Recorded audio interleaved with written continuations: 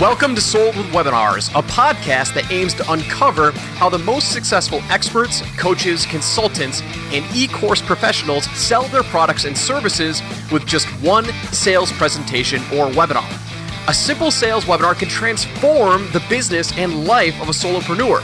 And this podcast will show you how other experts just like you are generating 6 and 7 figures per year online with their webinars. So let's get started. What's up, experts? Hey, Joel here real quick, and special episode for you today. I'm actually coming to you from my phone. Just got back from a Labor Day weekend with my family. Finished cooking my meals for the week, and I didn't want to hop on my computer and boot up everything, so I decided to record my podcast from my phone today. So if I'm a little quiet, I apologize, but I'm actually in my kitchen. So anyway, so I'm wandering around and getting stuff ready for the upcoming week. Today, I wanted to pop in, though, and talk to you about something very important. I want to answer the question and kind of explore a little bit, do a deep dive on a very important topic that almost anybody who's run webinars or has planned to run their webinar or any sort of marketing. The question that I want to talk about today is, where is the best place for our webinar within our grand marketing scheme, right? There are pretty much virtually endless ways to implement a webinar, whether it's a mass market direct selling webinar or a high ticket webinar or a mini webinar. There's lots and lots of different ways to apply a webinar to your marketing system and to your marketing funnel in your suite of marketing avenues.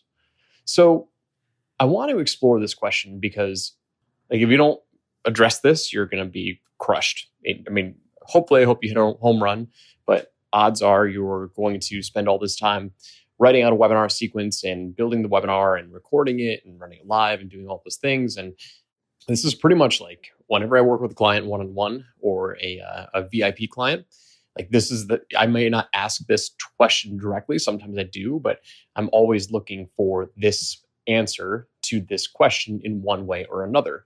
Where is this webinar going within their product, within their offer, within their suite of offers, right? And so when I think of webinars and where we place these webinars, like, and I'm talking to the client, I'm looking at their offer and I'm helping them craft the offer, right? Because that's the most important thing that we do is making sure that our offer is dialed in first. There are so many different ways to use a webinar, but like when I'm thinking biggest impact, most effective impact, right? I want to look at the grand scheme of what else are they doing? Are they currently generating leads? Are they currently advertising? Is my client launching from scratch? I normally don't work with people who are launching from scratch. Like, I want to make sure that they've got stuff validated first, but in the rare instance that they are, like, okay, cool. What's the quickest way to start to monetize this offer for them? And I talk a lot about this a lot in my Perfect Expert model, where I basically have 3 tiers of an offer. You know, I've got my tier 1, tier 2, tier 3, which is, one offer with the same specific result. That's the one constant is the result is the same. They all want one specific result. I give them 3 levels of intimacy, right? And so, like, you can do this with like lots and lots of different types of offers.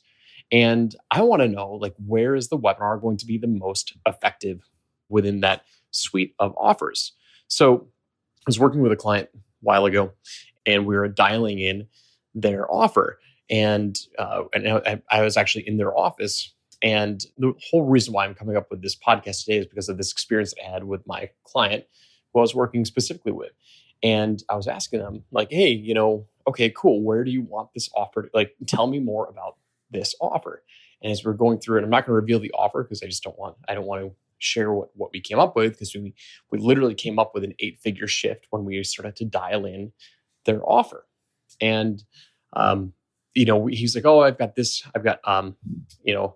I want to do a webinar for this specific product, and I've got another webinar that I want to do for this specific product. And I started asking more and more questions, and I realized that, like, he also had a productized version of this offer as well, and they were using they also had software that they wanted to build in with it, that they were going to include with this offer. And what they were trying to do was they were trying to go way too broad first, because hear the word mass market, mass appeal, mass webinars, right? Selling one to many. You want to go as wide as possible, but there is such a thing as too wide, and there's also such a thing as too narrow.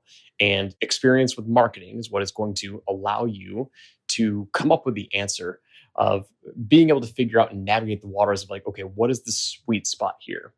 And with everything that they were including in their offer, they're going to go way, way, way, way too broad and missing their niche entirely, right?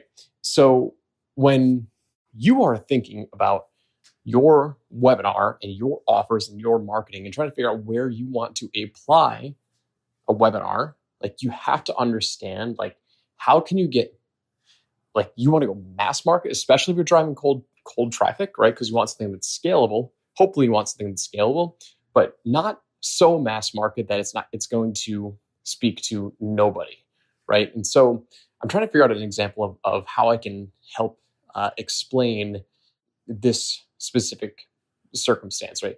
How do you go not too mass market, but still wide enough so you can scale?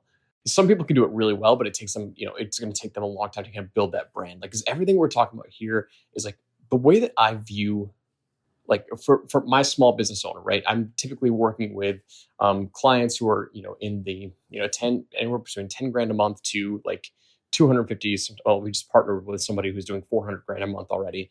But if you are responsible for your marketing, right, and you've got a new offer that you're launching, and you handle your marketing, you don't really have a team. Like, that's really who I specifically deal with, and I'm all about direct response marketing. So I start niche, and then I go out and I build my brand, right? So I dominate one market first, and then I go out and I expand, right? I dominate the webinar market first, and then I go out and expand with Experts Unleashed, which speaks to a much wider market, right? And so that's kind of what I'm talking about. That's the best example that I can give, is my own example, right? So I spent 3.5 years dominating the webinar niche and knowing, like, literally doing hundreds and hundreds of webinars and studying, 4 to 5 times as many webinars as I actually wrote, and became, the best in my field at doing webinars.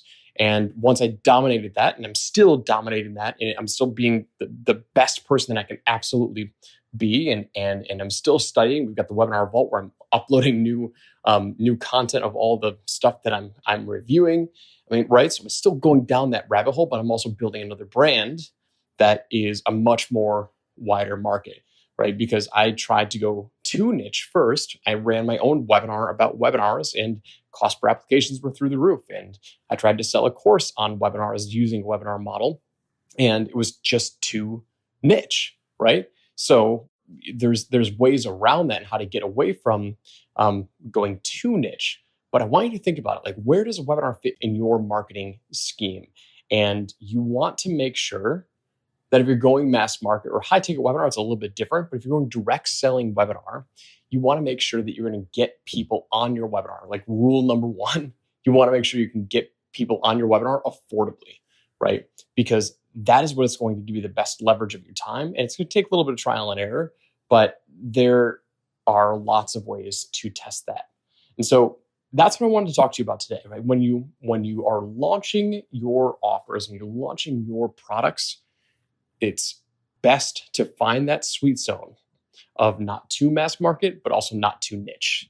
And when you go too niche, your cost per leads and your cost per acquisitions, I'm speaking specifically with paid traffic. This does not apply to any sort of affiliate traffic or any other outside traffic source. If you're buying paid traffic from Facebook or Instagram or Google or whatever, if you're too niche, your costs are going to be way too high, way too high. If you're too broad, your costs will be really, really low, but you'll have no conversions or very, very few conversions, which means your cost per acquisition is still going to be high. But if you're too wide and too broad, you'll at least be able to run paid traffic, but you're going to wonder why you're not getting as many conversions as you'd like, right? So you got to find that sweet spot of going mass market, but with a niche, and then also not too niche because you're going to hurt yourself both ways. All right, so that's what I've got for you guys today. I apologize I'm not more loud and in my enjoyable self. I am very excited about this, but I'm walking around in my kitchen and I got to go because my wife is going to kill me if she finds me on my phone. So anyway, quick one for you today. Love you all. Go crush it, and we'll talk soon. Thanks so much for listening. We hope you enjoyed today's episode, and we look forward to giving you the next one. You can also follow and watch the behind-the-scenes look at how I'm personally launching a brand new 6- and 7-figure product from scratch at soldwithwebinars.com/TV. And if you'd like to come hang out with other fellow experts, join our Facebook group at soldwithwebinars.com/experts. Join us next time, and I'll see you there.